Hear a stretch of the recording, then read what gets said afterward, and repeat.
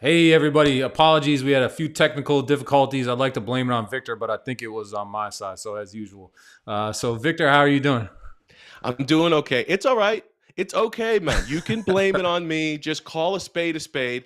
I'm 36 years old. I'm technically a millennial, but let's be honest, man. Like I can't remember my passwords to anything. We've got new money. They're telling me, you know what I mean? I can't even log into my AOL Instagram account and they're telling me we got new money. I'm like, all right, whatever. What is I am not AOL? living What up to is my AOL millennial. exactly? I'm not living up to my millennial stamp here. It's totally my fault. My apologies, everybody. I will try to make it up to everybody in cheap dad jokes and hopefully something of value on the market side as well, man. How you doing? I'm excited to do this. I'm I'm doing really good, man. So what I would like to, if you could just let's introduce yourself. Let's introduce you Sure. to everybody. I think there's probably a lot of spot game people on here. So tell them who you are and what you're about. Yeah, man. I'm first of all, long-time listener, first-time caller. I got to throw that in there. I'm a huge fan of SpotGamma. I'm a huge fan of people that are looking at markets in a new and unique way. I don't want to say new and unique way, but market participation in many ways, education is still stuck in this old world.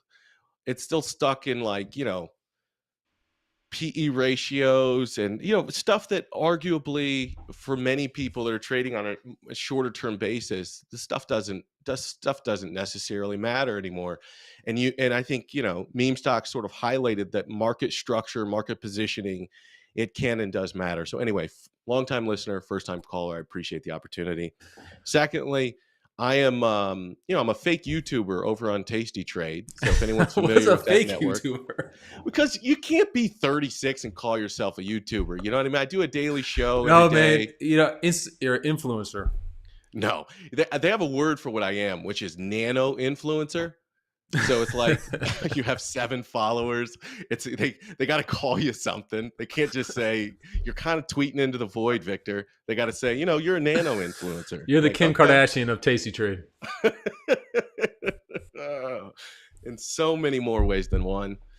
Um, yeah, man. So, I previous to my current role over at Tasty Trade, which is a lot of media, a lot of being a talking head inside of a box like this, had the opportunity to run Doe, which was a free trading application dedicated towards millennials, and we had a slant towards everybody's putting out stuff with a chart and a button. You can't Yeah. navigate markets with a chart and a button. If you don't know what the hell's going on from a macro point of view or a short-term positioning point of view, you know nothing. And while the liquidity was good and it made a lot of people feel like geniuses, when the bell starts to ring, people are going to realize what really matters in this marketplace, and it's risk management and it's being informed against your competition. And I think that was always our goal.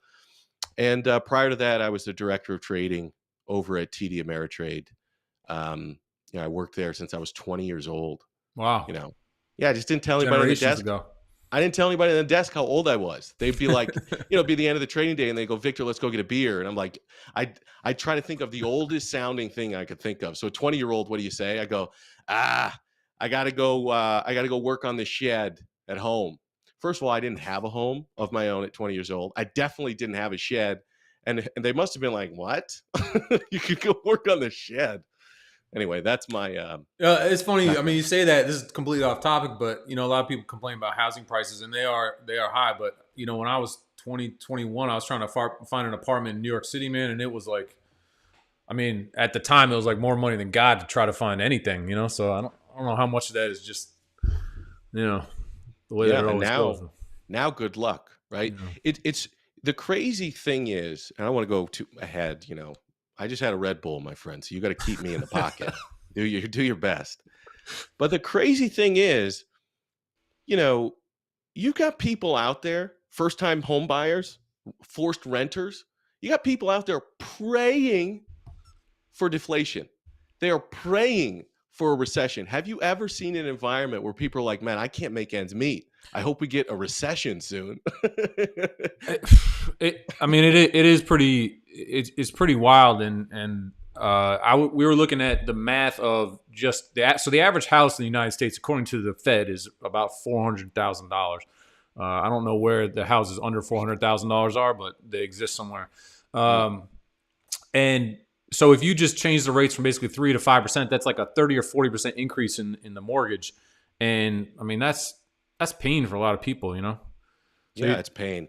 And all of a sudden, you're going to get stuff out there like, 40-year fixed mortgages all of a sudden are going to start to be popular. People are going to, extend duration, do whatever you can yeah, to bring those monthly payments down in a world where, corn's at 8 a bushel, natural gas at 8, crude oil, if you look at the strip, doesn't seem to be wanting to go below 95 anytime soon.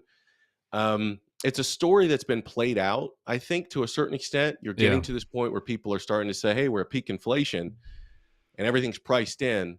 I would argue, though, my friend, it's a bit irresponsible to say the confluence of factors that could be priced in with all the gray swans that we know about are discounted to second and third orders. I think it's irresponsible to even try to say that. The gray swans that we know about are likely discounted, right? The gray swan that um, that Elon doesn't actually want Twitter, that's discounted.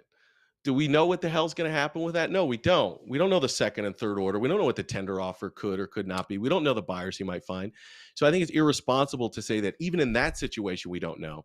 Now put orders of magnitude on top of that and say that the market is fairly priced all of the complexities. I think it's sort of irresponsible. But, I understand that people are getting to this point where they're saying that maybe there's light on the other end of this inflation tunnel. yeah. I would agree with that. In that, a lot of bad things are probably priced in this point, and this is the TLT, which is the long bond here. And I mean, if you look at that move, we talked about this a lot, and just bond volatility, commodity volatility. We were looking at the yen yesterday. I'm not going to pretend to understand the impact of the yen across, the butterfly effect and carry trades and all that sort of stuff in enough detail to advise anyone here. But the amount of volatility you're seeing in everywhere else but equities is pretty shocking. I mean, I don't know, and what's interesting about this TLT move is that typically when you see these sell-offs here in TLT or the long bond, it's because we've just had a major crash in equities, right? And people run to the bond for a safe haven. But in this case, we didn't really get an equities crash. We just get people running out of the bond because of a lot of jawboning. And so I agree with you from the standpoint that a lot of this stuff is now priced in, and unfortunately, we just don't know what's going to happen with the Fed coming up May 4th. You got the Russian default situation. Interestingly, the 30-day window they have closes on March 4th. So they'll officially default, I guess, officially default on the 4th. And, who knows what the chain of reaction is going to be from any of this stuff, right? Yeah, I think, here's my thing. We've been probably in a down market, maybe a stealth bear market for a little over a year, probably like a year and a quarter now, something like that. Let's call it a year. And, arguably the reason people didn't call it a bear market for so long is because you got 7 stocks that make up 40% of the Nasdaq and 30% of the S&P 500, and they're effective monopolies. Let's call it let's call a spade here. They're effective monopolies. People believe they have predictable cash flows. People believe they have effective moats. People believe they have pricing power in up and down markets. So they are willing in a period of uncertainty to pay a premium for those predictable cash flows. Okay. So we're approaching an inflationary environment, and everybody's saying, yeah, DocuSign was fun. Peloton was fun. Zoom was fun. But I can't really see or touch, or I'm a weird guy. I like to smell cash flows. And you can't do any of that because the stuff is so far out into the future, those free cash flows. So what you're doing at this point is you're saying, I want real assets. I want things I can touch to some extent, right, Brent? Whether that's gold, which is outperforming its digital counterpart. I don't want to, you know what I mean? You remember when How the dare fight you? was, do you remember when the fight was, are you an Android person or are you an iPhone person? Like when they first kind of came out, and if you were a green bubble person, you hated the blue bubble people and Right. vice versa. It's like, why is this such a big deal? Who the hell cares? Nobody argues like, what camera did you have back in the day? Nobody gave a shit. As long as you had a camera, you have a camera. Anyways, people live and die by that gold Bitcoin argument. I don't want to step into that. The point is people want real assets. They want real predictable cash flows. My thing is, I don't know how you feel about concentration risk, but there's probably never there's times when the concentration risk to me makes sense, and there's times when the concentration risk to me is a sort of big glaring red signal, and the rest of the market has gone through let's say the Nasdaq 100 has gone through this period of 50, 60, 70% corrections, and these 7 stocks, don't get me wrong, are starting to move off their highs. But people are still willing to pay a premium when they don't know what's happening. They had treated these things like effective bond proxies. Netflix and Facebook last quarter were an example. You might not want to do that. Netflix again is an example. This chart is unbelievable. It is back to back. I don't know. I mean, it's probably happened before, but I can't ever remember a time where you had back to back earnings where the stock lost 30%. At least not in like mega cap stock, right? I mean, it's part of the FANG, and my gosh. I mean, I was reading something that, well, I can't remember it exactly, so let me not put out any misinformation. But I guess the point here is you've got, in Netflix's case, everybody's looking for these real assets and predictable cash flows, right? Yeah. And they're willing to treat these FANG stocks like, even though they're growth stocks, they're willing to treat them as effective bond proxies a little bit. And you look at Netflix and you go, oh, this is an instrument that might have pricing power. They might have had a stretch multiple. You just had a horrific quarter. You can stretch together 2.5 million subscribers. And they go, no, we raised prices and we lost consumers. So in a world where everybody's looking for pricing power, right? That's the holy grail. People looking for real assets and pricing power in an inflationary, uncertain environment. You come back and you tell the investors, we don't got it.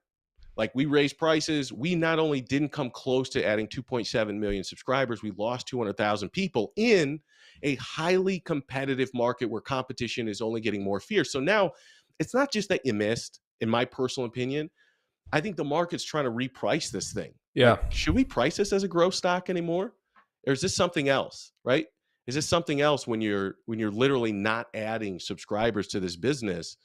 How do you price this as a growth stock? And I think you've got such a confluence of factors here, to your point, twice in a row. It's, I don't know what the odds of probabilities are, but I feel for anybody that tried to sell volatility on this, because I think the expected move in the options market was like 9% yesterday. Yeah. And I mean, it really sort of exposes, I guess, everything that is wrong at the moment with a lot of these assumptions, as you mentioned, and not to mention the debt. I mean, they're in a business that requires a lot of debt. They have, I think it's $9 or $10 billion, and that debt, has gotten significantly more expensive, and the cost of doing business for them is going to, go up as a result, and it's pretty shocking. And the other thing that I found really interesting here is that, if you look at the market today, I mean, this is a one-day, comparison, but the Nasdaq today is just getting crushed, and we're down over 1.5% with spiders holding up. But the Netflix thing has just pounded Peloton, DraftKings, Robin. All these stocks are down. I mean, massively. I think a lot of off this back of people repricing this subscriber, model wherein, they don't have the pricing power. There's extra competition, and maybe this flushes back just the idea that we've not been allowed to have a business cycle for a long time, and a recessionary cycle to clean out some of the dead wood, and I don't know, maybe that is what's kind of pending here. You are talking my language, my friend. That is music to my ears. The other thing is just like, what I wonder? How at risk am I and my family for the password sharing over at Netflix? Is this the straw that broke the camel's back, where they go, you know what, that's enough free rides. If we're going to take it in the teeth 30%, 2 quarters in a row, you're going to pay an extra $7 a month to share your passwords. Right. Like, we can't afford this anymore.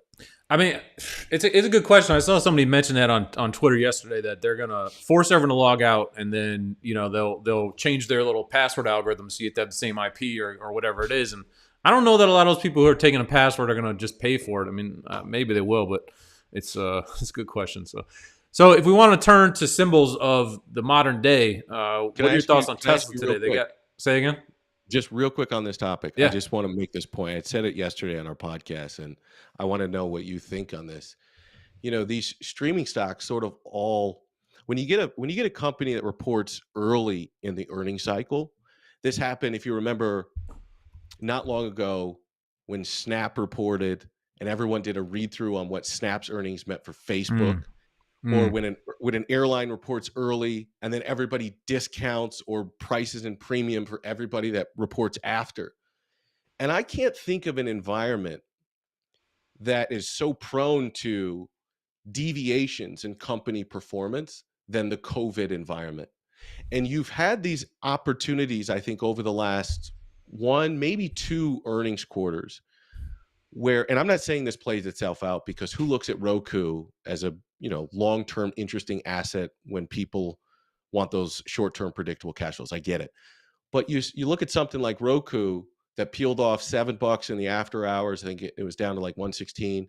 Now it pulls back a $6.50 now. Or Discovery, anything that makes a lot of its revenue off of something streaming related.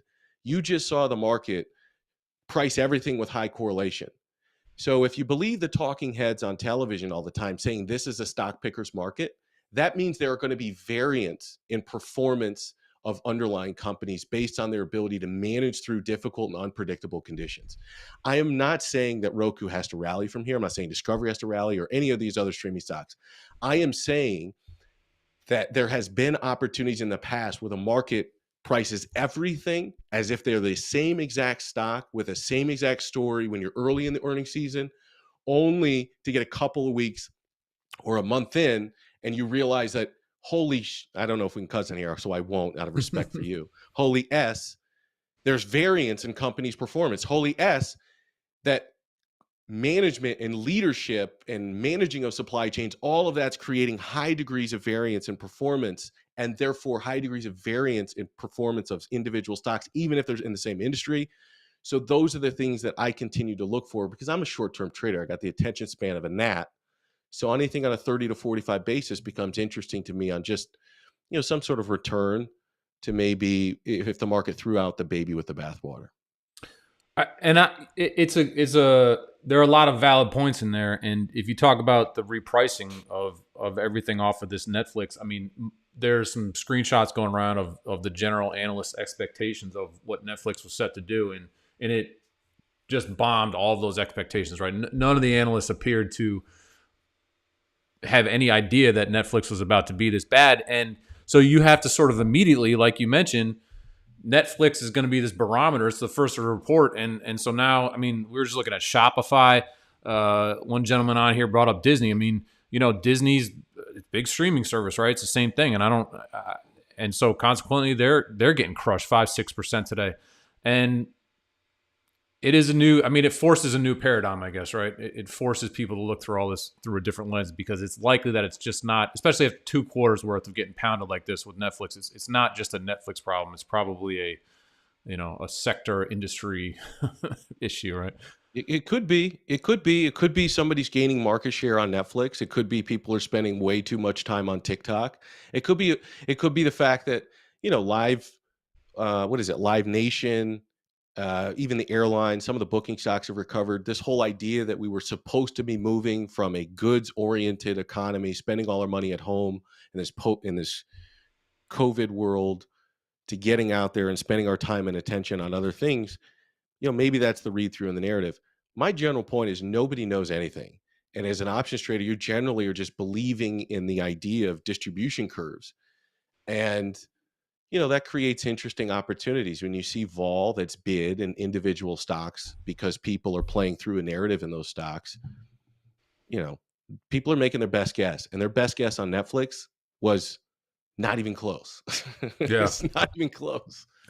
And so to this point, I tried to switch it on you before, but I want to talk about Tesla because Tesla is sort of like the stock of this generation, I think, if you're going to talk about the future and hope and all these kinds of things. And I think the implied vol, if I saw, was pricing in somewhere around a 6% move for earnings. And, there's the Twitter saga that's going on with Elon. I don't know how all that sort of fits in at the moment. I just did the famous thing of mistyping TSLA, TLSA. It's A lot of people get caught on that. But obviously, this stock, I think this could have a similar move, right? With a miss. I mean, people are punishing stocks right now that miss, and you're not getting the same reward either when there are small beats or where there's good performance. I think you'll see a good 2, 3, 4%. But if you miss now, there's just no liquidity to the downside, right? There's no one to catch those knives that drop. And it's also a valid point that Netflix probably raises the volatility bar or the implied volatility bar for a lot of these other earnings. And so maybe in there you can find some value for names that are now pricing in a lot more movement than they should just because of the Netflix kind of contagion. Yeah, man.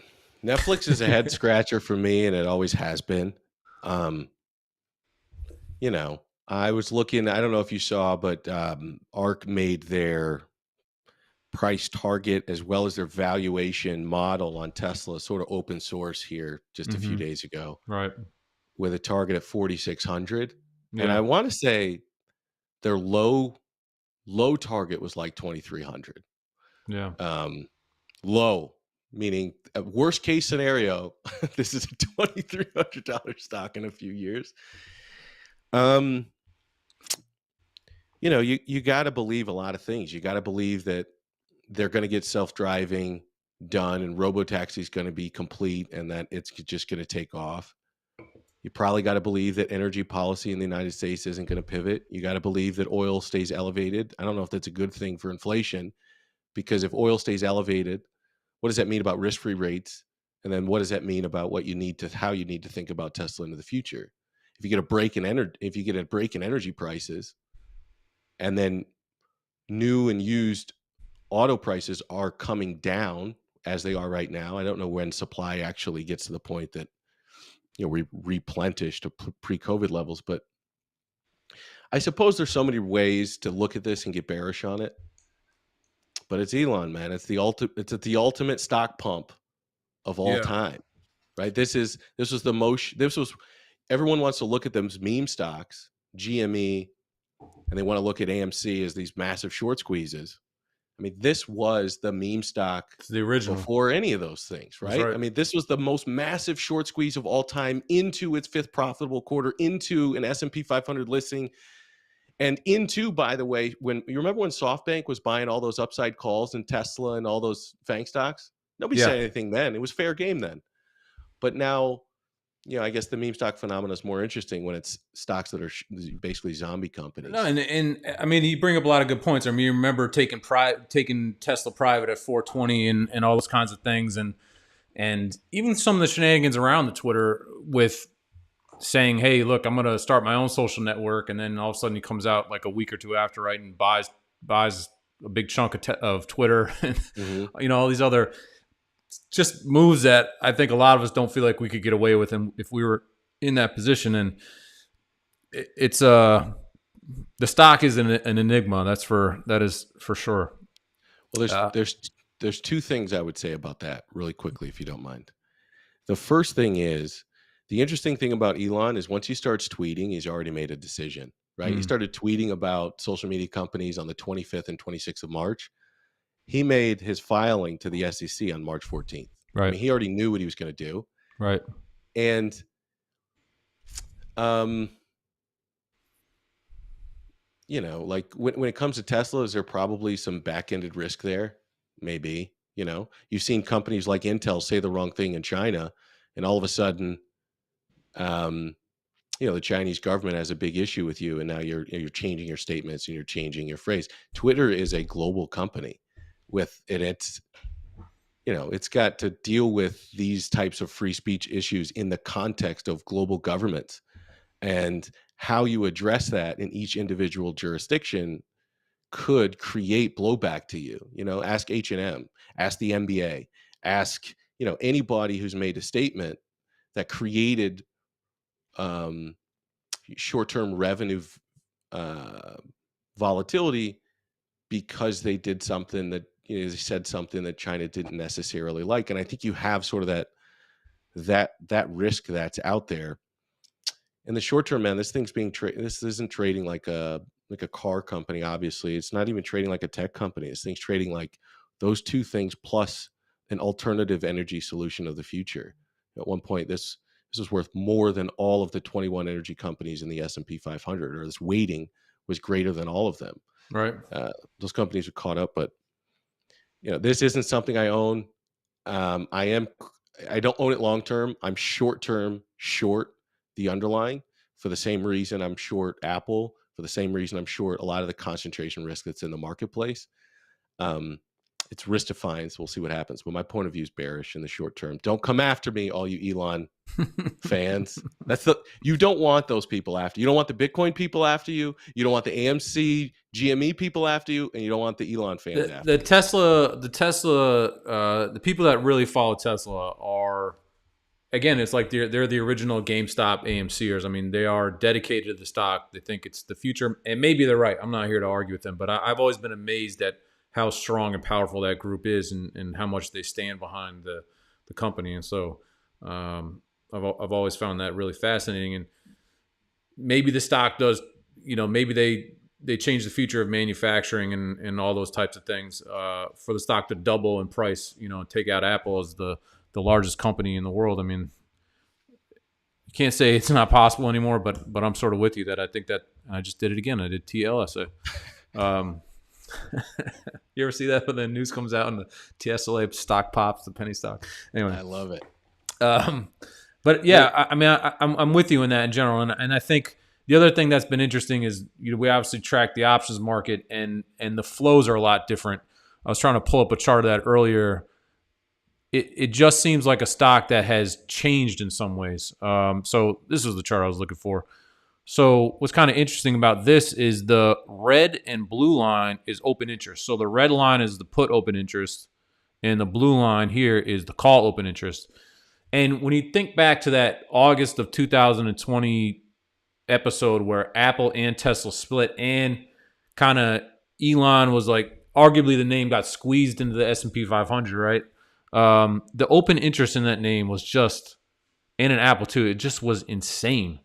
And it just seems like that's kind of coming down now, right? As the stock goes up, the interest seems to be kind of pulling back a little bit, which is something I think is interesting. And the volume's kind of pulling back, and it's like this deleveraging effect a little bit. Yeah.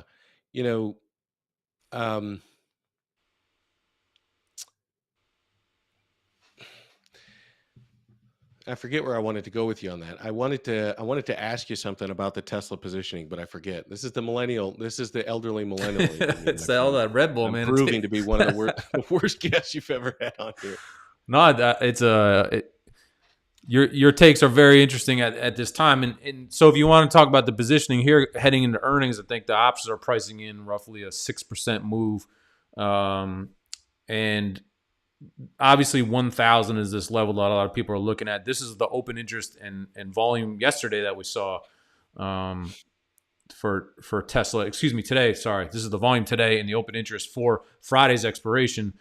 And I feel like it's a little bit tepid here. I mean, I know that a lot of people like to come in and play these earning names by shorting vol and trying to take advantage of that. But Netflix, back to that name, that's got to put the little bit of fear into people, right? I mean, I don't know what the appetite is for people to want to play in this earnings market now after Netflix just sort of pulled one of those, 10 standard deviation moves or whatever it was. So I think a lot of this story, a lot of what's happening now is a deleveraging in a way. And that's liquidity. We've looked at liquidity in the E-minis, which is, at real lows. Another chart, which I'd be curious to get your opinion on. This is the same chart, but this is the spiders. And what to me is most interesting here, and probably, arguably, maybe the most bullish thing I've seen is that, again, this blue line is call open interest. This call open interest is as low as it's been since, I believe, 2015. This chart only goes back to 2018. And so when you're talking about this idea of sort of just deleveraging, right, there's not really anybody positioned for a lot of upside in this market right now. And that, to me, is the only arguably bullish thing about it. And I think that it's a real flip from last year. Last year was any little dip, you buy it.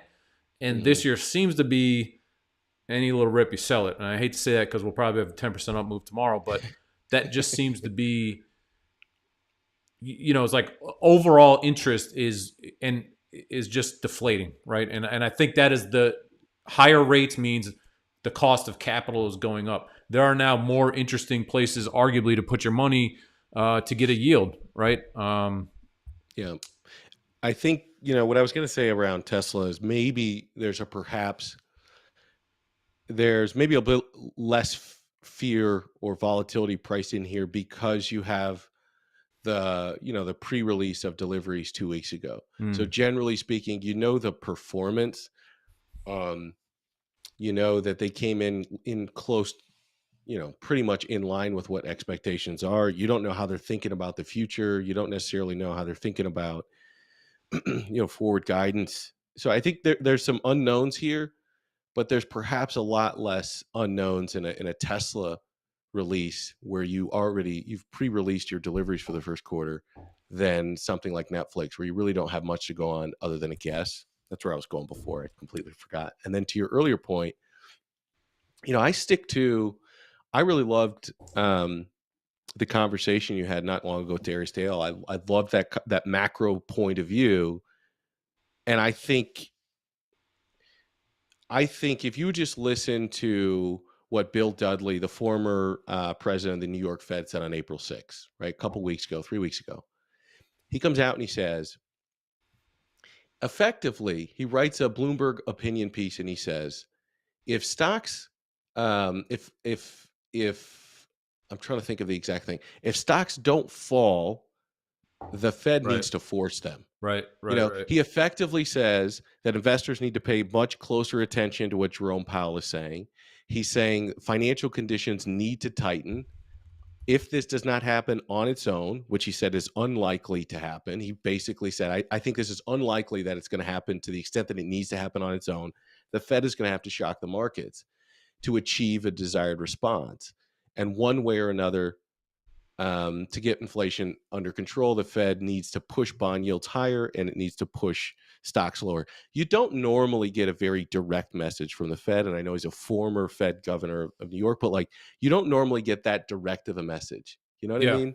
They'll jawbone, they'll help you get there, but they're not necessarily going to say, look, the favorable conditions are over. Inflation's going to be a bit stickier here. There are transitory elements of inflation that, as the supply chain eases, which, by the way, there are confluence of factors making that less likely to happen in the short term than more likely to happen in the short term. Right? You lock 33 million people in China inside their homes. Is that less energy demand? Sure. But what is the impact of supply chains in the short term? I think that's sort of a big question mark. Yeah, and that applies directly to Tesla. They can say they're going to deliver whatever they want, but if they can't get the parts they need or the workers to the factory or whatever it is, and that's the kind of the black swan right here, right? We don't know. You don't know what you don't know with the supply chains and everything else, and that's a level of uncertainty again that I think is maybe underpriced a little bit, because when you look at the VIX at 20, right, where it was today, and realize vol is not trading much under that. It doesn't seem like the market in general is pricing a lot of those risks, especially when you see something like Netflix happen where they missed by so much and the market just sort of punished it. Not only Tesla, if I could, but Apple as well, right? Like, for how many years are you looking at that company and you're saying maybe you're saturated to a certain extent in the United States? Where is the next level of growth coming from? Well, it's services sector growth and it's growth in China, and they start to make some progress. They're 23% of market share in China, given the fact that they've created lower price phones that are a bit higher demand there, and form factors that are a bit higher in demand there. So you make progress, and then all of a sudden, again, economic activity in one of the largest cities in China comes to a screeching halt. And I know the market is going to price that to some extent, but I just think there are some unknowns here that I think it's worth investors realizing, that as the IMF prices growth, has lower expectations of what growth will be globally.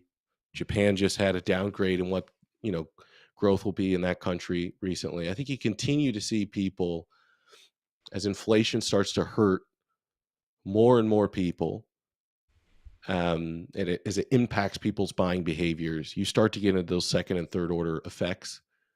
And, I think then you get to a point where, things are, perhaps adequately priced. You get into 5% inflation, and the market long run averages are 10 to 15 multiples. They're not the 18, 19, 20 where we are right now. And I know it seems cheap relative to where we've been the last 5 years. But I think if you take a longer term historical point of view and you go, where are we once inflation goes above 5% for a long enough period of time, those multiples compress down to 10 to 15. So what looks cheap, I guess is what I'm saying, can get cheaper. In the short term, there's probably capital looking for a home, right? But I think you continue to be in a market where you want to sell those rallies when you get the opportunity.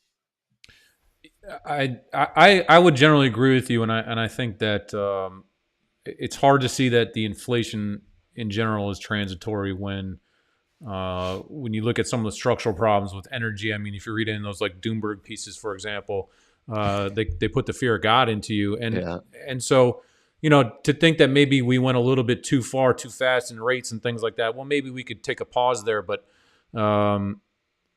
what I watch is just a general decrease again in liquidity as the cost of capital gets higher, and I think it's sort of like you say, it's a different regime, I guess, than what we've been in. One of the things that's getting passed around now, I don't know if you've seen these things. These are these Series I bond rates. Oh yeah, which I've seen that. A couple of people are talking about these things, and I just bring them up because I think they pay. I'm going to screw this up, but 7%, and then when the new CPI comes out, they're going to reprice, and it's like, man, I could lock this in, and if you believe the government is, obviously going to guarantee these things, and we all should believe those are guaranteed. So why would you want to mess around with Apple or Tesla when I could just go get these things? And you can only put 10K in here, so that's not going to do a lot for big money. But there's these alternatives now that just seem to be that coming up, where for so long we had 0% interest rates and meme mania, and so equities offered such an impressive return, and everyone's buying new iPhones and everything else. And now you got supply chains, higher cost of capital. Everyone knows these stories, but maybe it's not quite priced in yet. I don't know. Yeah, I want to be careful. I agree with you. I think those are an excellent example.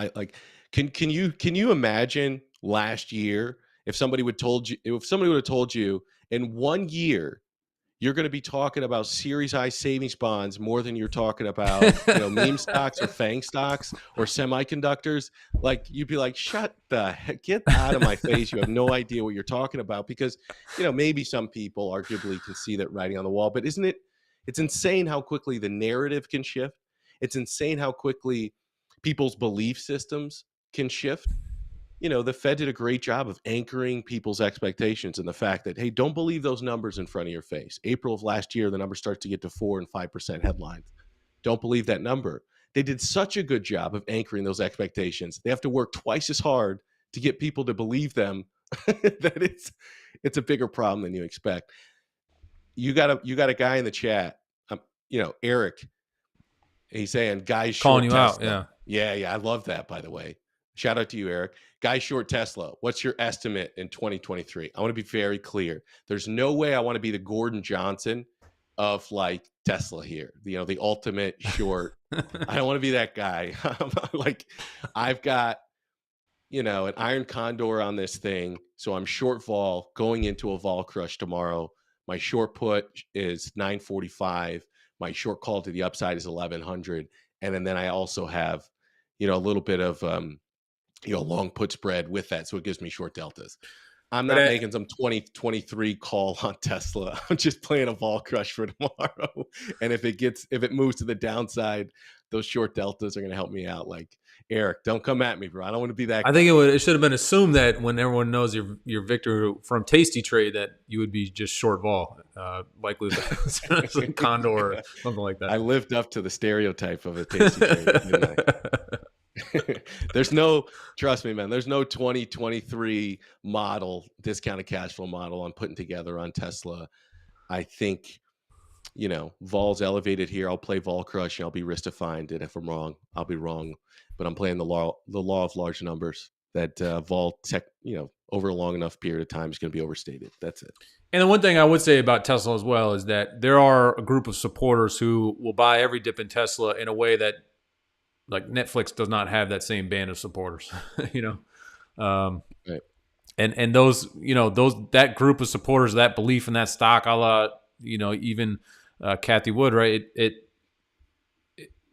bodes well for that stock in a way that, obviously Netflix and some of these others won't. And in a weird way, while you've seen from a technical point of view, this thing, lower highs, lower lows. So it's not like risk-free rates aren't having an impact, but the irony is the higher crude oil goes, the more, it shifts people into looking at alternatives to ICE cars. So it's this weird double-edged sword that helps them throughout this period, whereas most people are getting their hands chopped off. Right. I mean, I've heard, and I had to fact check this, but that there's not enough basically material to make enough batteries to replace all the gas cars and these kinds of things. And so, as beautiful of the story is, and as much as there could be longer term demand, I just don't know that you could really produce things fast enough to, meet a lot of these price expectations, right? Yeah, I think Elon said that.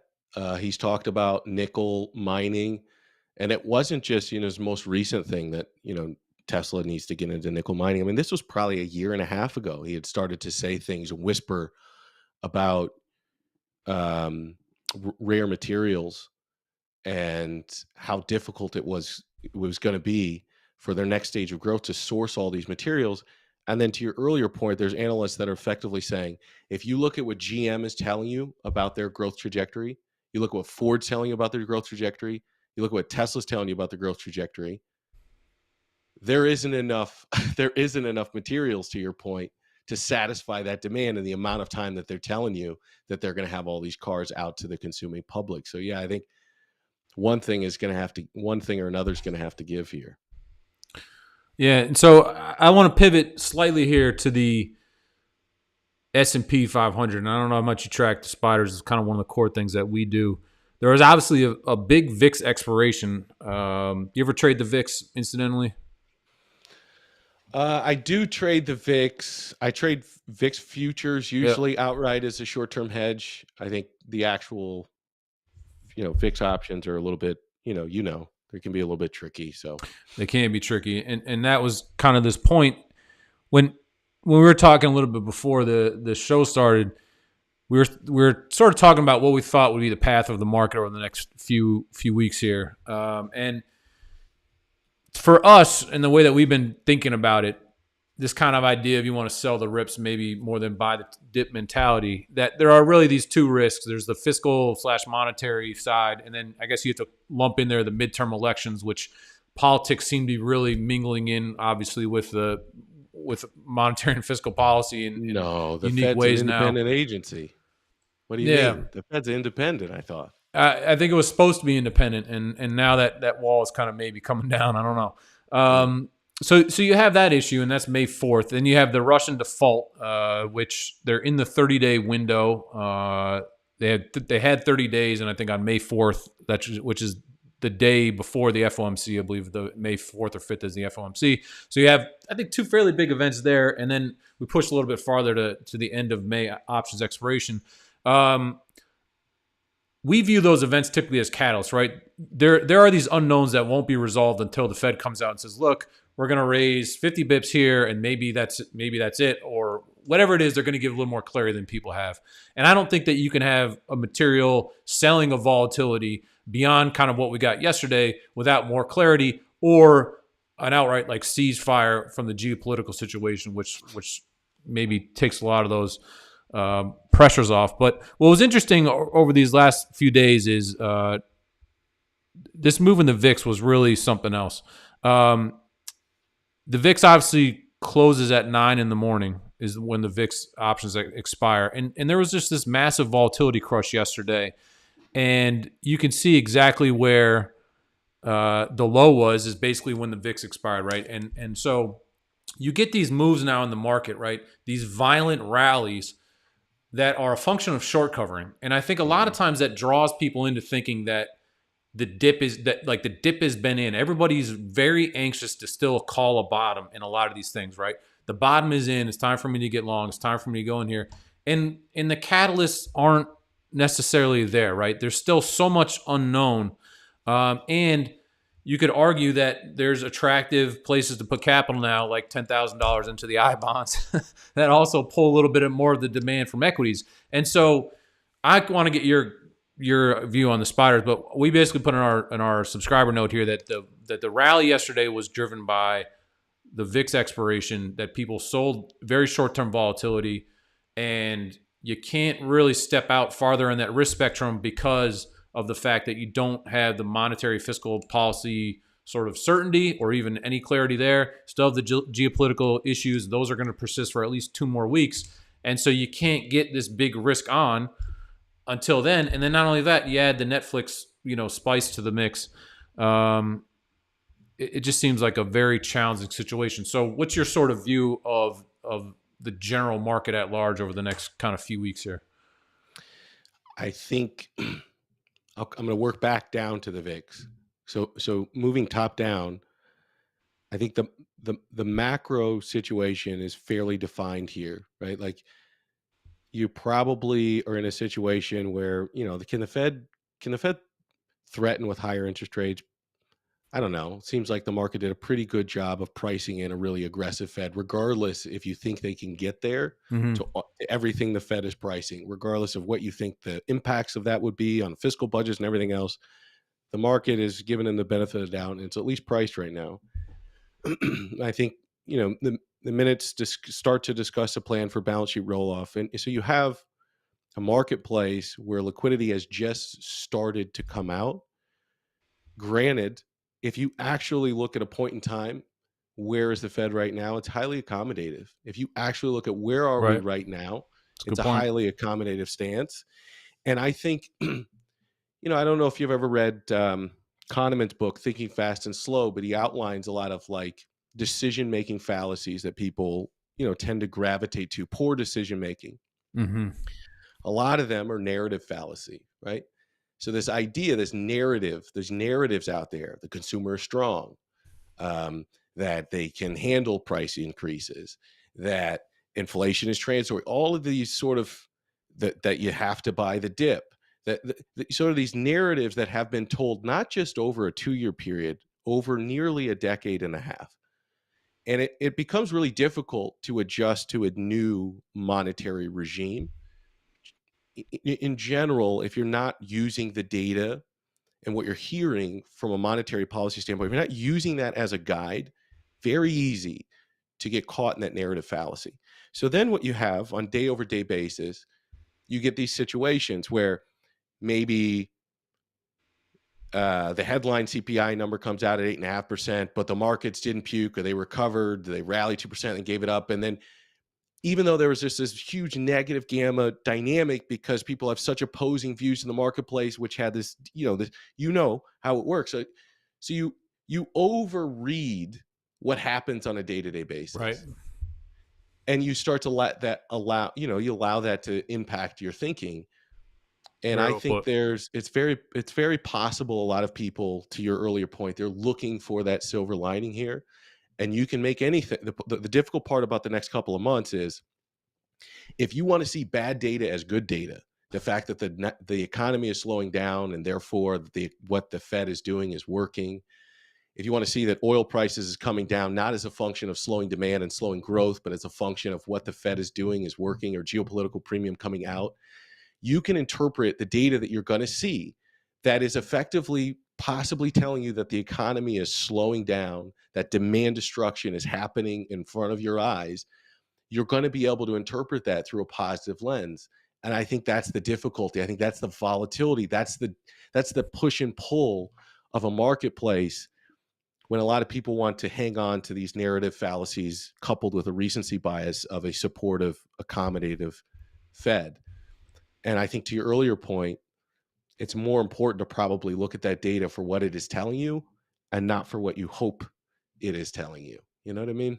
Yeah. And additionally, I've mentioned a few times the idea of liquidity kind of just deflating in general. And they're adding more expirations now to the S&P.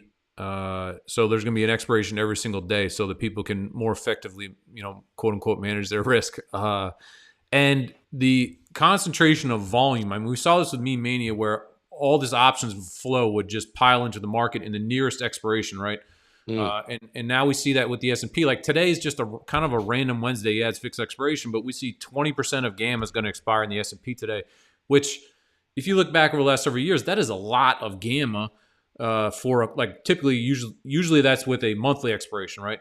But now we're getting that in random weeklies because the positioning in general is just pretty small, and the people that are trading are these very short term, kind of levered bets that people are making, and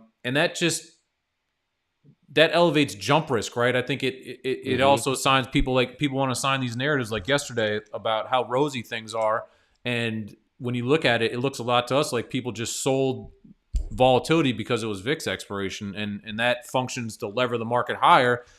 And people use short-term options to do that. That's not necessarily people saying, look at the value here in the S&P 500 relative to where bonds are trading or whatever. So, the big money is not coming in. It's just like a lot of noise. It's a lot of jump risk. It's a lot of movement up and down because the liquidity that is there is so focused on the hyper short-term positioning, right? It's like there's a whole bunch of day traders, and out past like a few days, there's not much else going on in the markets. I wonder, how often do you either think about or deploy, or do the people that listen SpotGamma, how often do you think like pairs are something that your typical audience is utilizing? Is it something that's on the front of their mind? Is it sort of the back end of it's not necessarily something you see very often, or is it starting to be more something that's coming up in conversation? These long short portfolios.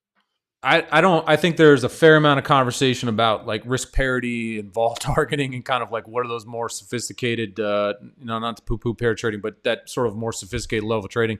I don't, we don't often talk about pair trading, but it's interesting you bring that up because, again, we talked about this before with just the spiders and the Nasdaq and the divergence today. There's some effective looking strategies in there. The reason I bring it up is it's coming up more on our side of the fence. The idea, it just depends on where, where you are in your life cycle of investing. There's probably there's 25 million people over the last 2 years that probably had a free lunch buying upside calls in a massive liquidity environment. All of a sudden you realize it's not necessarily that easy.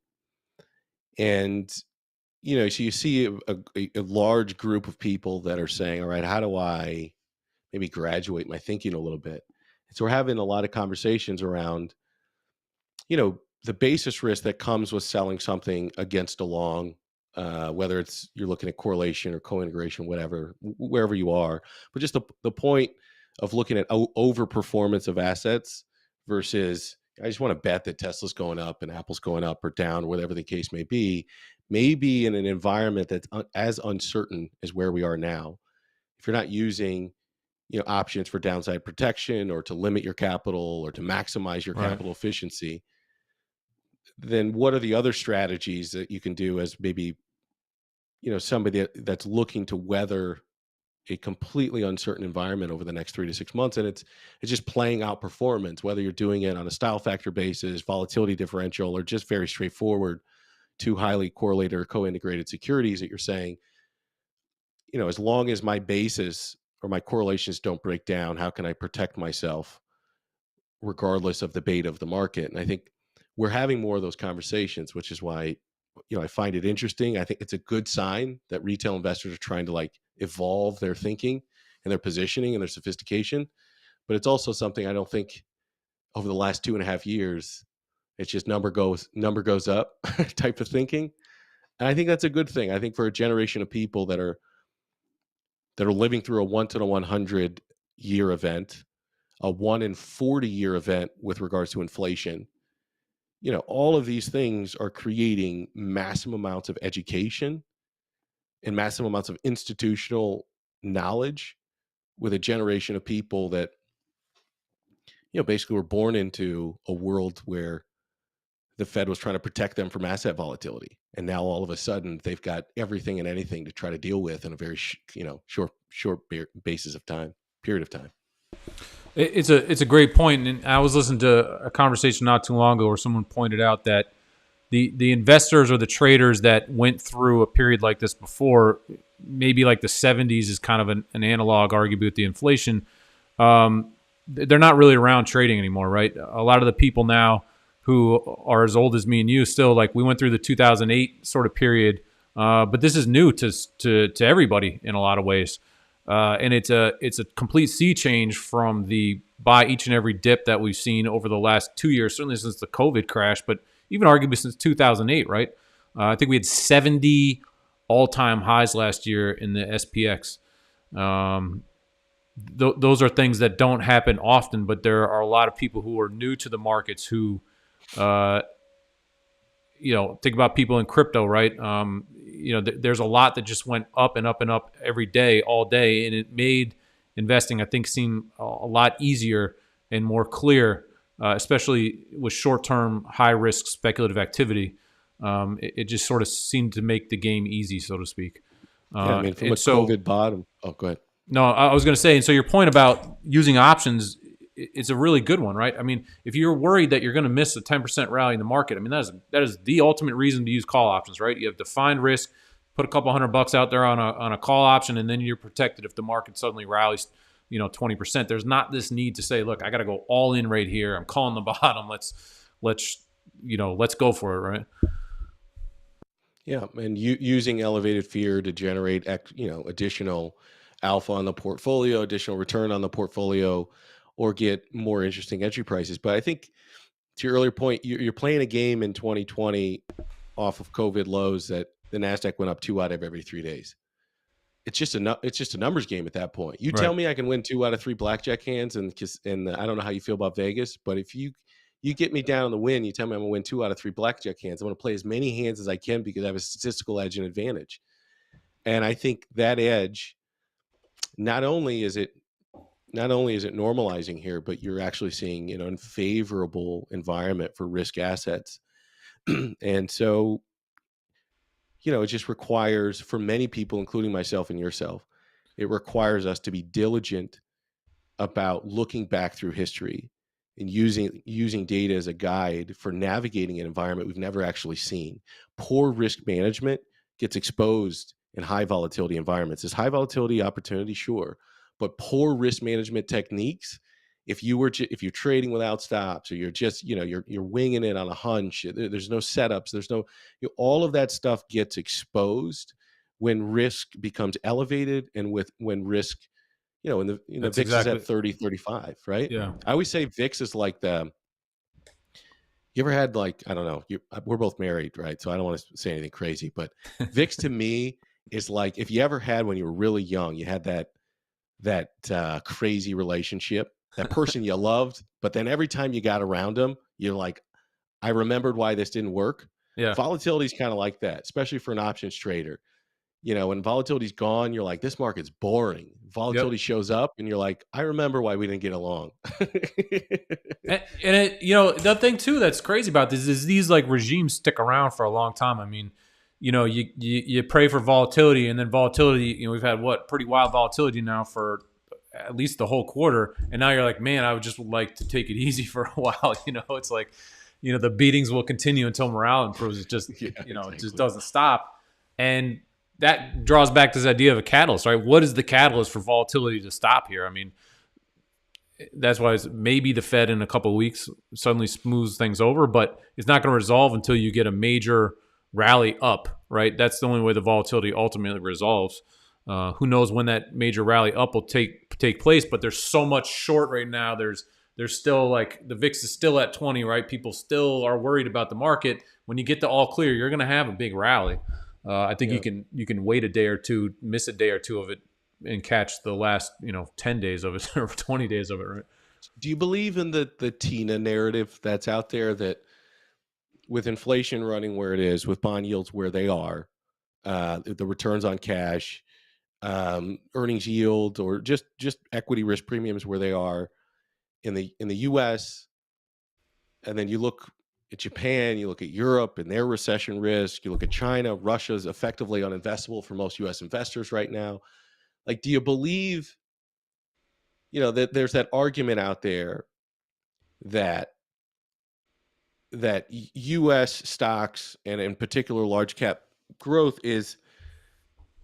it's not the best place to be, and you can think of tons of reasons why it's difficult. But relative to your options at this point, it sort of keeps you that there is no alternative. Do you sort of believe, where do you net out on that discussion or that conversation? You and I had this conversation yesterday. Actually, we talk a lot lately, but that I think that in this world, this environment we're in, this is like a more of a theoretical conversation, is that there's the demand for stuff that is real and that you can hold in your hand and you can kind of grab. And I think that is not only something that arguably applies to us as small investors, but I think there's also just it's like the reverse globalization, right? Everybody wants their own oil supply, their own nickel supply, their own resources, all those kinds of things. And to exit the metaverse, right? If you look at the performance of NFTs, for example, it's the same thing. It's like, there is just this change, I think, in the way that people are thinking about, what do they really want, right? And I don't know how else to describe it except for this grasp for something that's real, I guess. Yeah.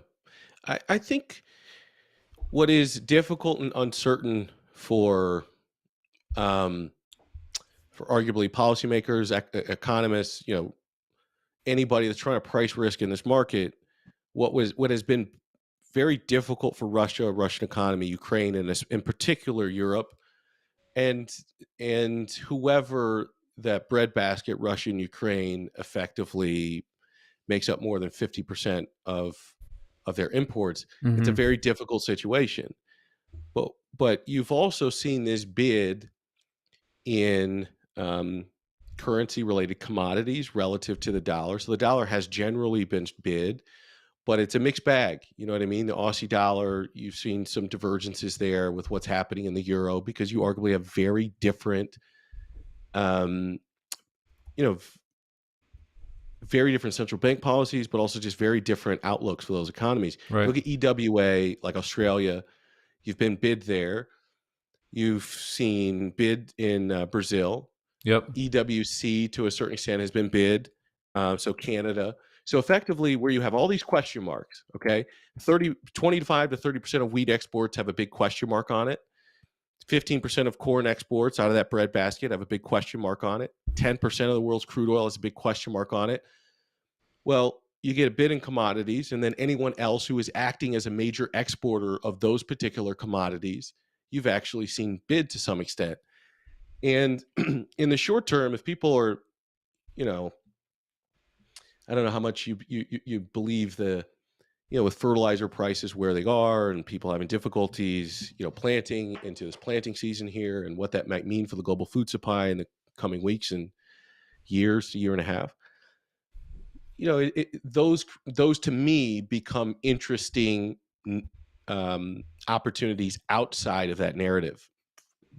I have chosen, I'm in all three of those that I just mentioned, but I should also say that, in many ways I've collared that and I protected the downside risk. I think you've got some parabolic moves there that any short-term downturn risk, I think you want to protect yourself. But I think there's opportunity there where there's uncertainty for everybody else, and these have been bid here outside of that TINA narrative. This is milk futures. I didn't know there were futures on milk, but these are now. I mean, it's amazing, right? It's just. I mean, it sort of plays into your point. It's just the volatility. You got to collar off that risk, and not only is there uncertainty in deliverables, there's the addition of counterparty risk. I mean, look what happened with nickel, right? LME shuts down trading as a result. So you have to factor in all those things that you mentioned as an investor, just trying to play what you think is the normal game. And then there's going to be these extra rules that come in terms of counterparty risk. Nickel. I talked about this idea of margin calls, right? And a lot of people don't understand that those margin rates will change, right? If you were long nickel and you were making money, you still got kicked out of your trade, arguably there. Look at what happened with Robinhood last year with GameStop, right? Robinhood effectively got a margin call. So there's that counterparty risk element on top of just trying to understand how to play these volatile moves yourself. On top of that is the risk of whoever it is that you're dealing with, right? Yeah. It does make it a very complicated situation. I mean, if you're just trading in a world, maybe some people have been trading long enough to just know how frightening that term is. The idea that we could be talking about counterparty risk in a fairly casual way. Yeah. For most market participants, that's absolutely terrifying. The idea that people can be throwing around phrases like the Fed needs to tighten until something breaks. The until something breaks part of that phrase is terrifying and comes with massive economic pain for a large swath of individuals, both here and across the globe. I do think there is, the things that we're talking about, I think are largely understood by market participants right now, to bring it full circle. Short term, I think people are looking for a place to put their money. There's a lot of outflows out of the bond market. That stuff's got to go somewhere. So I do think, like, short term, could you get companies that don't tell as bad a story, like a Johnson & Johnson just doesn't tell as bad a story as the market priced, and you get a rally on something that? Sure. But I think midterm, as I said before, I think you want to be a seller of rallies. At least I am. I think long term, to go all over the board here, but I think long term you want to be an owner of assets. And so that's the way I've been thinking. I'm effectively running short deltas here, but with really tight risk management, with the knowledge that at any point you can get those face ripper rallies to the upside, and you got to manage that risk to the upside. Yeah, but I think long term the opportunities to the downside. Sorry, I mean to cut you off there. Yesterday was a perfect example. There's a 2% rally in the Nasdaq, right? And on the screen here is the real time deltas from the Qs. The Qs is down on the day, and now we're getting some very large put flow coming in, as well as traders selling calls. So like all of that energy yesterday, that short cover rally action, is just completely unwinding today because it's not necessarily, it's not long, it's just short-term noise, short-term trading, right?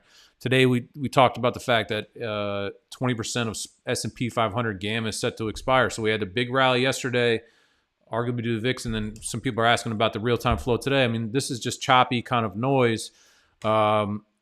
Everything in this 4450 to 4500 area, there's a bunch of gamma expiring in there for the S&P, expires today, and then that pin is pulled, right? So there's not, you may think in the short term there's this big move, and really it's just the noise of short-term flow around some of these larger narratives, and it's hard to sort of trust. I mean, it goes back to this idea of what's real. This is very short-term, choppy, noisy flow, and you don't want to marry into any position that involves analyzing, the short-term flow, I guess is kind of what I'm getting at there. So I don't know if you've been keeping up on like Zoltan Pozsar and his Bretton Woods 3 stuff that's going out there. That's some dense material. Oh, trust me, man. I got the dictionary and the thesaurus out as I read through that, and the inner workings of the euro dollar markets. But I think,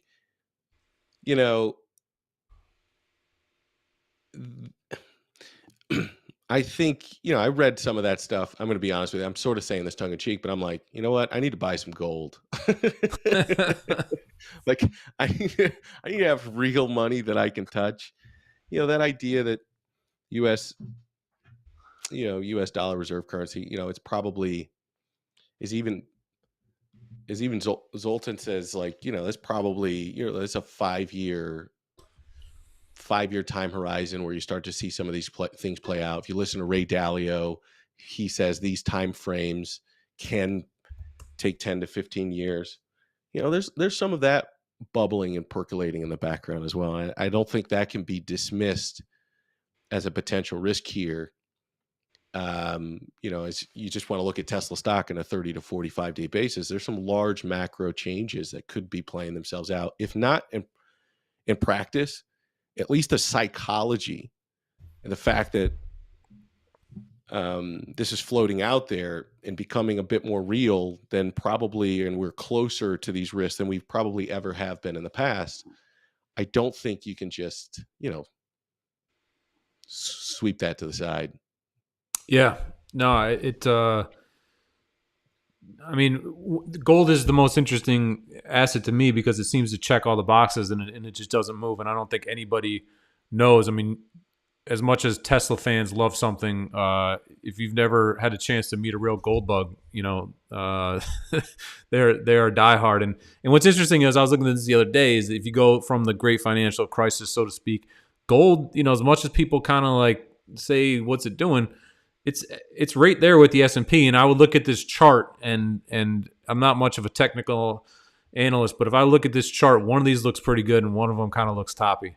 And so who knows what the kind of next step is. But again, it's the chase for something real. And I also say, someone I hear comments about, just passive investors. I mean, there is, I think the forces overall, the trend in markets is higher, is inflation over time. 401ks and things like that are designed to bring passive flows into the market. And so I think over the long term, in 20 years from now, we're set to retire. The stock market is probably going to be higher. But in amongst it, there's obviously going to be a bunch of these sea changes where you can get some pretty nasty drawdowns, and it's managing money through those drawdowns that arguably really sets you apart from other traders and investors.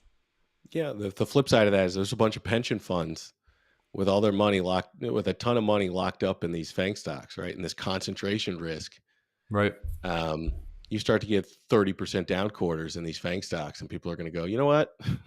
Maybe we're a bit overinvested here. Yeah, with real risk rates, or real rates where they are. Well, and I mean, to that point, maybe that is part of the reason that the S&P is holding up so well is because as tech starts to really die. I mean, again, look at today, right? Nasdaq's down over 1%. Spiders are now, up 20 bips, but energy starts to run, so the S&P does okay. Healthcare is still doing all right, so the S&P gets some of that. So you're getting some of that sector rotation that is probably holding it up, and that's what makes, I think, it's so hard for people to beat just indexing, because just owning the VOO, the cheap Vanguard fund, you catch that diversification, and that's going to be more supportive than being in a very concentrated, Nasdaq tech-heavy, interest rate sensitive segment of the market. I agree, man. You like bonds? You a buyer of bonds here at 3%, the long bonds? I mean, I look at this TLT and I think to myself, just as a trader, this is a many standard deviation event. I think this is one of the largest drawdowns in this. I don't know about the long bond at large, but in terms of the TLT, it's one of the biggest drawdowns ever. And someone had mentioned this on Twitter the other day that a lot of what this may be is just the post-COVID unwind, right? You had all that easy money. It all flooded in the market. It changed all these things. And now we're just sort of reverting, that excess, that bubble is just kind of getting sucked out of the market a little bit. And when you look at a lot of the charts, it's kind of interesting. I mean, muni bonds, I don't know if you ever look at those. This is, this is some pretty incredible moves. Just waterfall kind of events, right? And assets that aren't typically supposed to be this volatile. I mean, you don't expect this much volatility in muni bonds, I don't think. So I think it does open up some longer term opportunities, particularly even for trading, right? These are falling knives you're catching.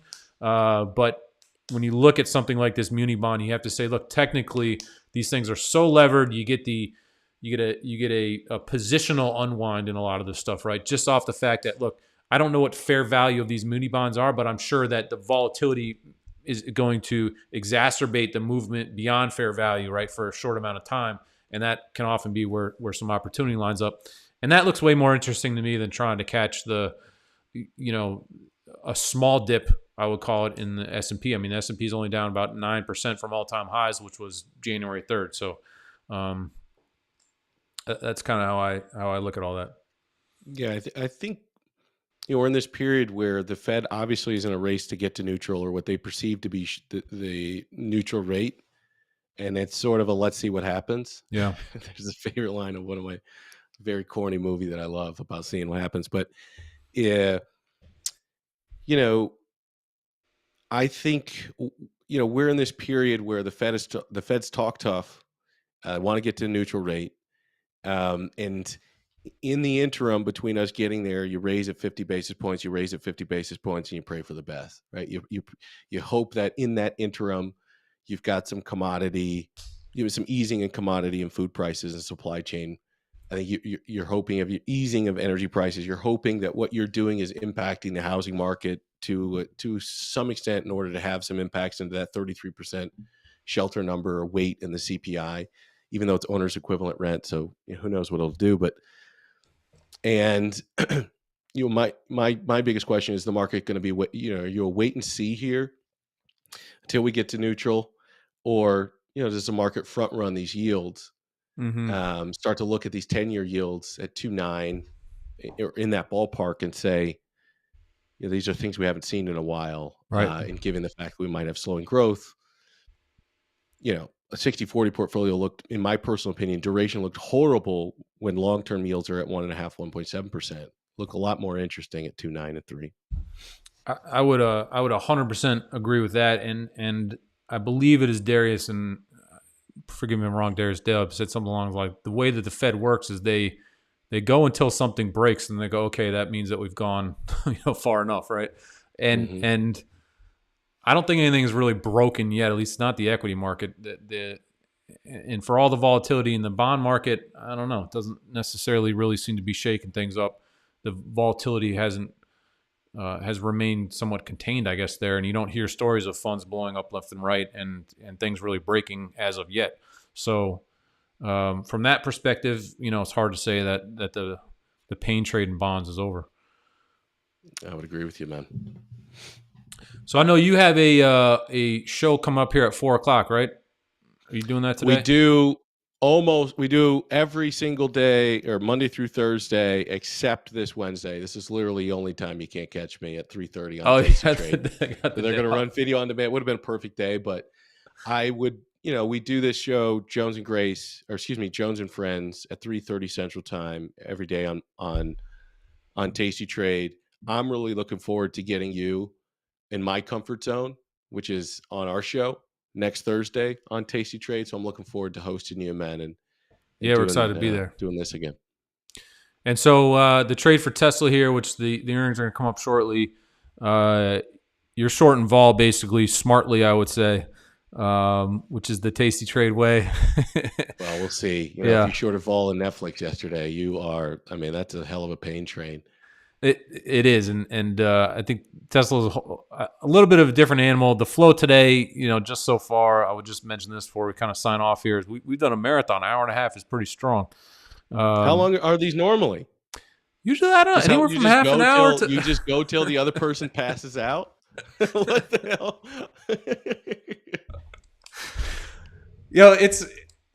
we have a lot. We could talk for hours. I can keep going for many, many hours here. Yeah, we can stop talking about markets and start talking about, you know what I mean? We can go sports. We can go mask mandates. I'm just kidding. I don't want to go there, man. I don't want to make enemies here.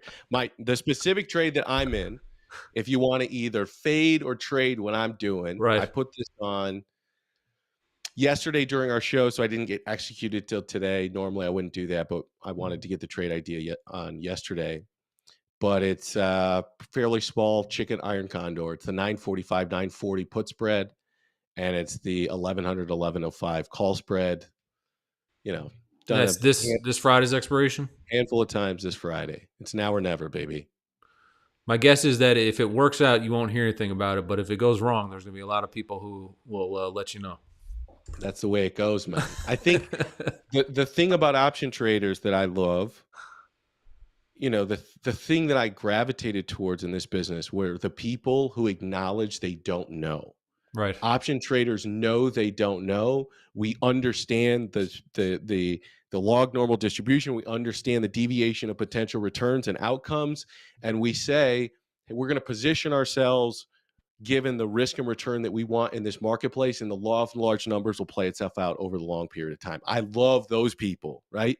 The people that try to, I don't know, they pass off this crystal ball idea that you can see what tomorrow's going because, you know, you're telling some narrative. Like, I think people are going to buy more cars because gas is expensive. Like, it doesn't play itself out that way. And so I love the options world. They'll keep you honest, but they also know nobody knows tomorrow. And that's why I love this play. That's why I love this instrument. That's why I love this, you know, these people. We're crazy. We're all crazy.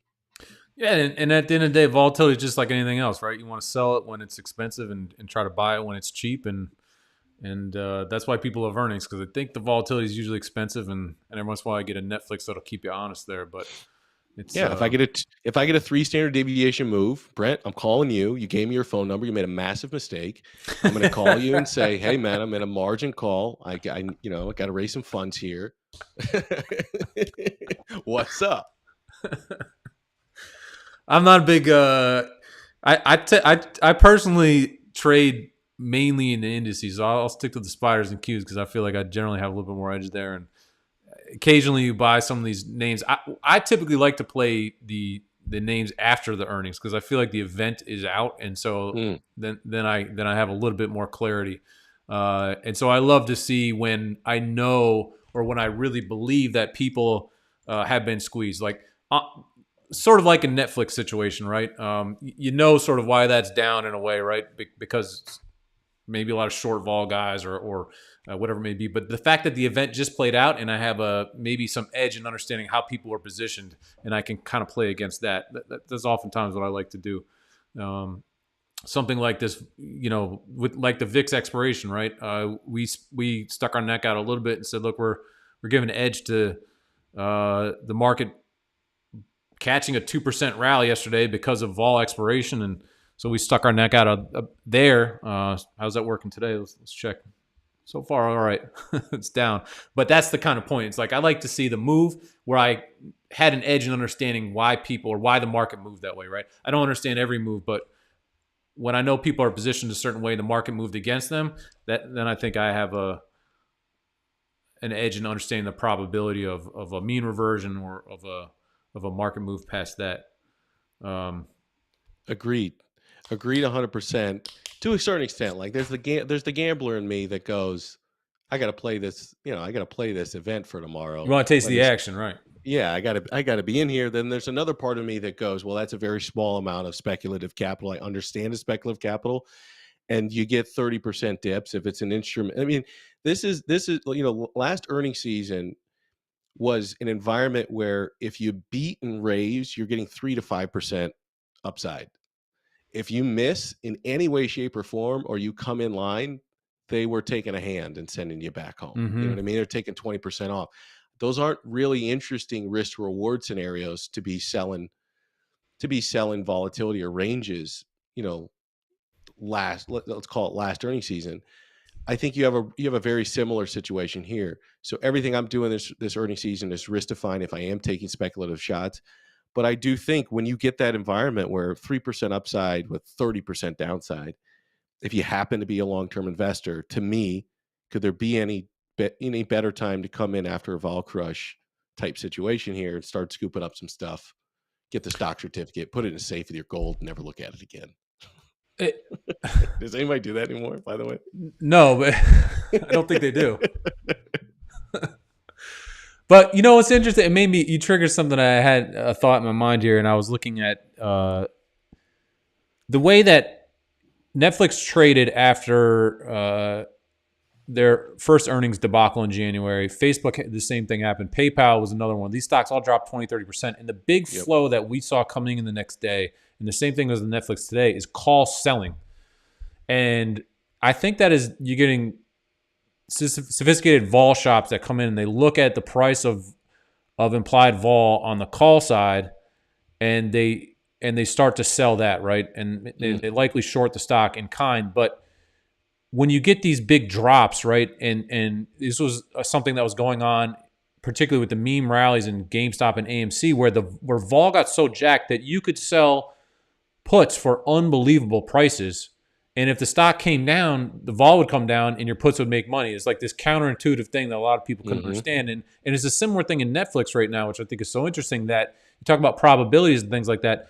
If Netflix now starts to rally and the vol arguably may start to come down, your short call, even if the stock rallies, could do pretty well. And you see these flows that come in now are sort of taking advantage of. Like I think a lot of big vol shops were selling puts in AMC and GameStop, and that helped to hold those stocks up, right? Because the hedging flows, or that relieves some of the hedging flows for some of the dealers.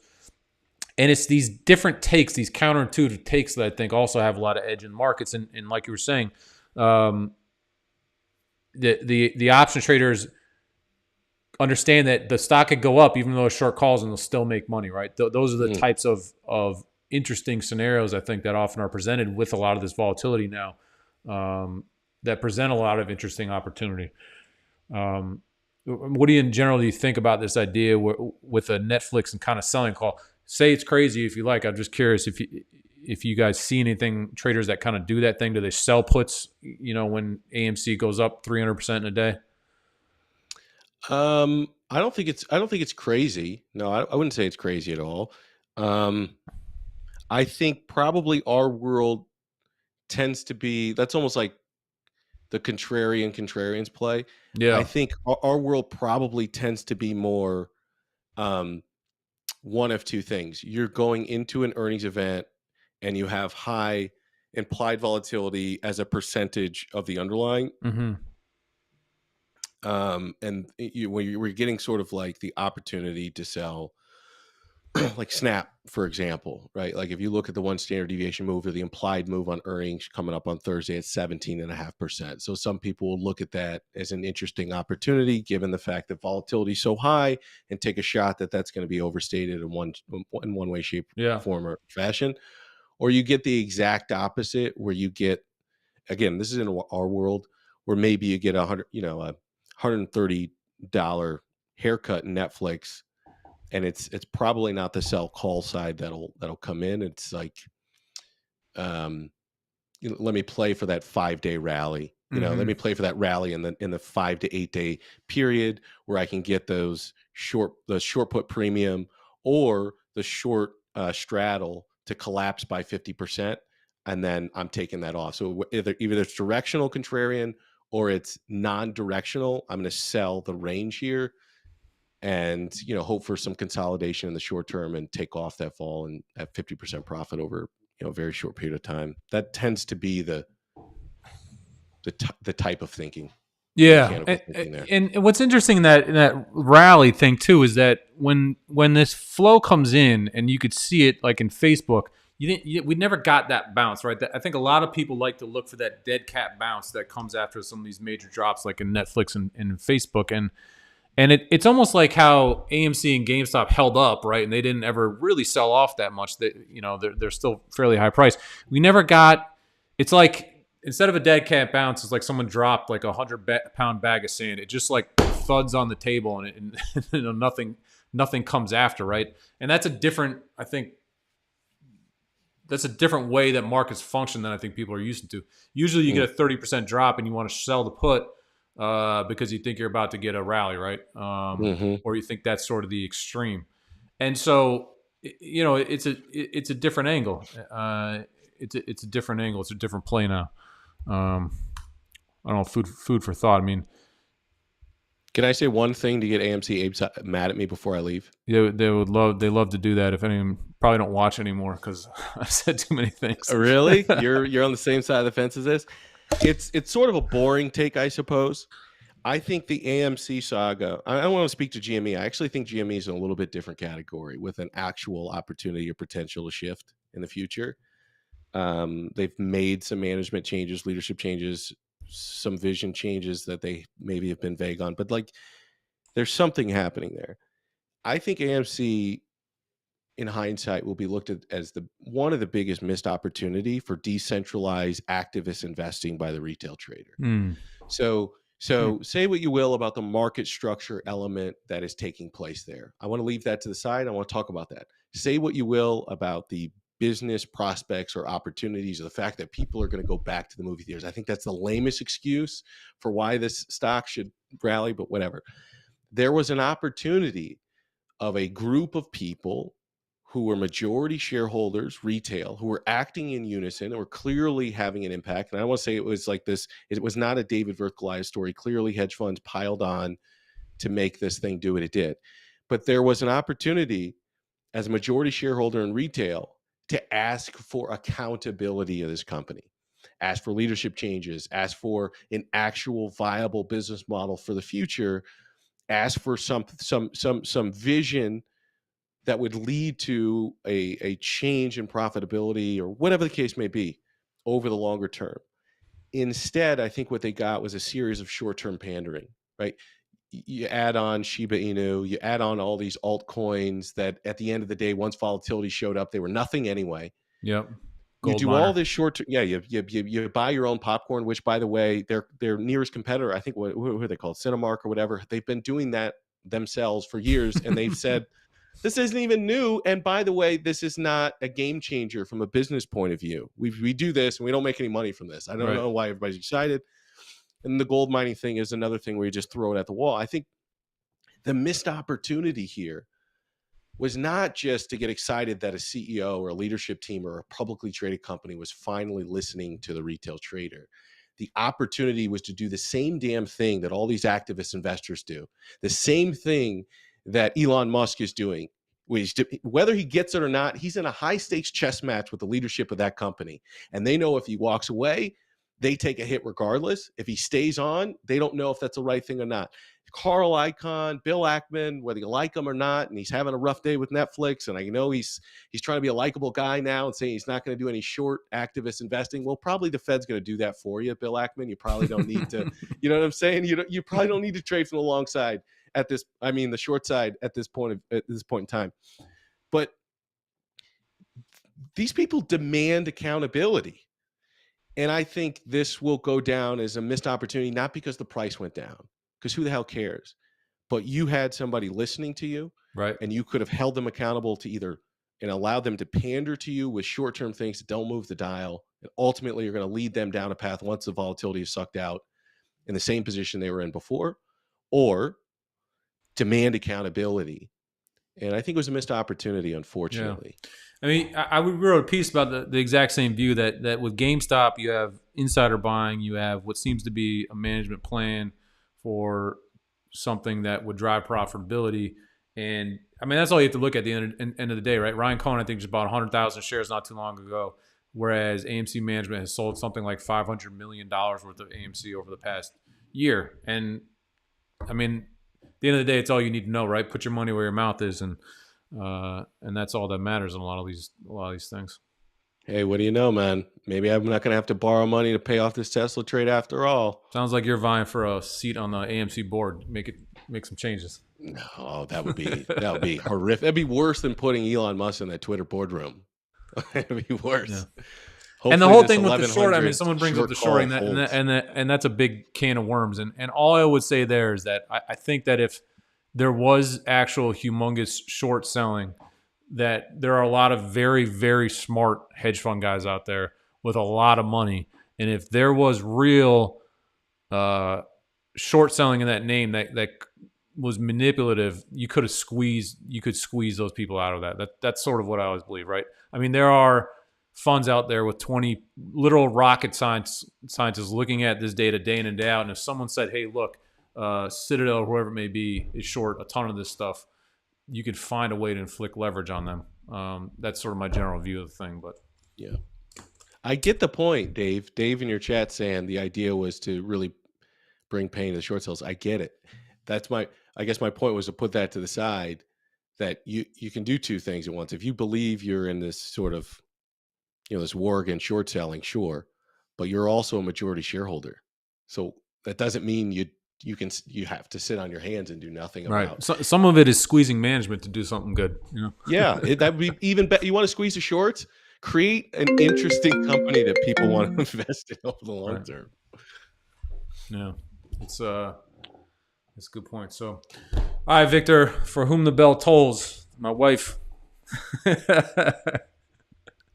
Yeah, man. I'll keep talking. I just was like, I'll put you on pause and let you run that. This is the Tesla's going up right now. That's what we're watching here. It's up good. What is that? $30, $40, $50 somewhere in there. It's Yeah, it's flicking all around these quite a money bit here. bags watching this stream that are buying this thing up. Can you take it easy? Okay. You want to run it up to 1050? I got no problem with that. Just don't bring it over 1100. Okay. This is looking good. I mean, this is looking good for you. So Yeah. we'll say congratulations. I don't know. I think Elon's actually going to talk on the conference call, so we'll see what happens. Yeah. Good Lord. Yeah. That's always. So we gotta leave it there, buddy. Tomorrow. So you're on live tomorrow, right? And live tomorrow at 3:30. You will hopefully everything will work out. You'll be joining us on Thursday. Thank you so much, everybody. I can see the live feedback here. People love you, so we can't wait to have you back on here as well. Well, that's a bunch of my aunts and uncles and cousins who I paid to be here and say those things. You have 50 aunts watching today. All right, man. But I can't thank you enough for your time. Yeah, I can't thank you enough for your time. What's your Twitter handle there so people can follow you there as well? At Victor Jones. The O in Jones is a 0 because I like to be difficult. I'm an absolute madman. Somebody should take that tweet button away from me. You know, I'm just as much of a troll as Elon. I just think, there's 80 million people not paying attention to me. That's the biggest difference. That's too funny. All right. Well, I wish you luck on your Tesla trade, and we'll be talking to you next Thursday. If you go to tastytrade.com, you can get access to that show. Right, you're there. If you just Google Victor Jones Tasty Trade, your show comes up. It's a great show. I love the sophisticated, casual conversation that you had. Well, more casual than sophisticated, but I appreciate it. You're a very kind man. Huge fan of SpotGamma. Huge fan of your movement. Huge fan of your education, your content. And huge fan of your product. I wish you much success, and I look forward to having many more conversations with you in the future. Thanks, everybody, for stomaching me for 90 minutes. I will send you the invoice, Brent. I'm going to pay you in gold coins, but Deal. Done. See ya. All right, see you then.